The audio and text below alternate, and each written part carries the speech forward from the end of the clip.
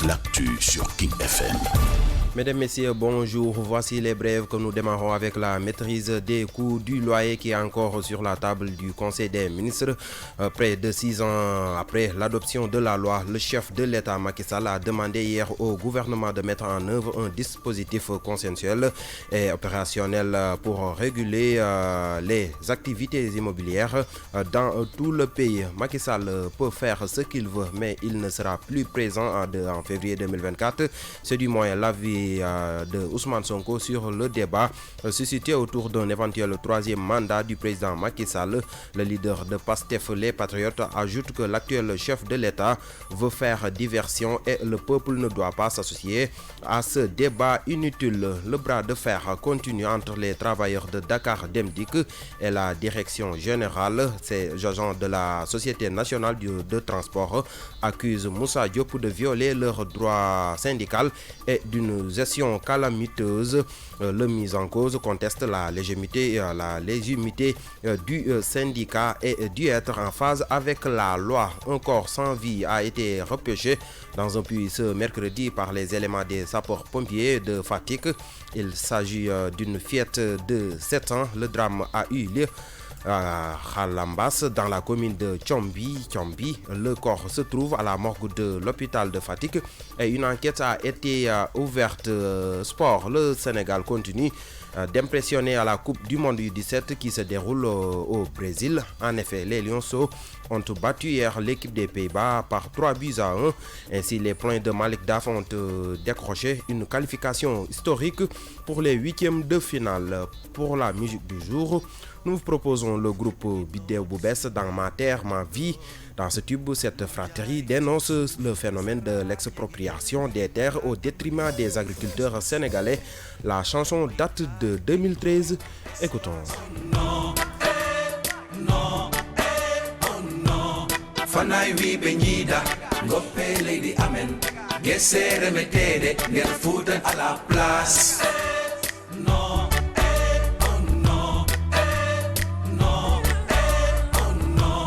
Fanay wi be ñida ngoppe lady amen gesere metede ngel fuuta à la place. Ngalu am ko ley ngoppe ngalu am ko ndi ley. La version Wolof de ces brèves, c'est dans un instant.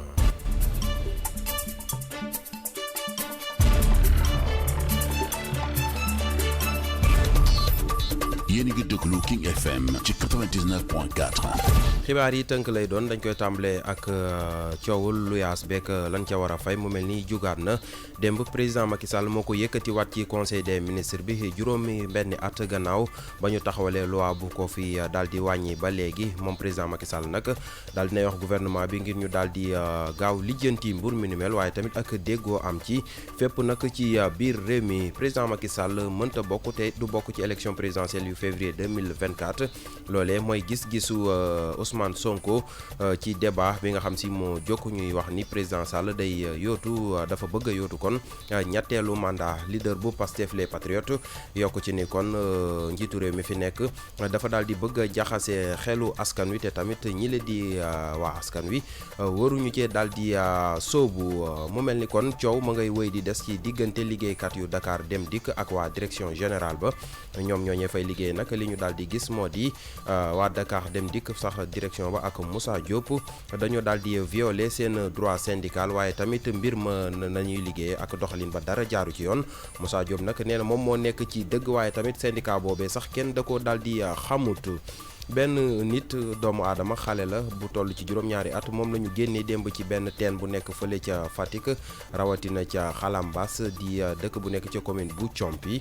sapeur pompier nag ñoo def lu ni mel yóbbu ko ca morgue l'hôpital ba noppi daal di ci ubbi ab l'enquête.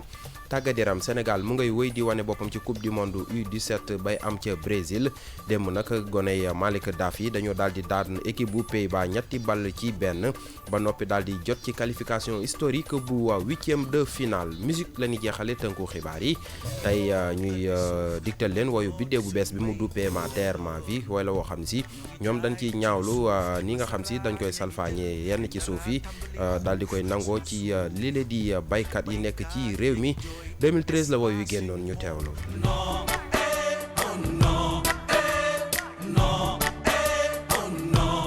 fanay wiɓe ñiida goppe leydi amen gesere mettede nder fuutan à la place non oh non non oh non fanay wiɓe ñiida goppe leydi amen gesere mettede nder fuutan à la place ngalu am ko leydi mi ngi noonu mbokk yi lii tënk la woon ci ay xibaar yeneen i xibaar 8h30 lay doon waaye léegi Al Ndiaye ak équipe bam ñooy woyal King Morning. Merci Saliou, c'était l'essentiel de l'actualité mesdames et messieurs.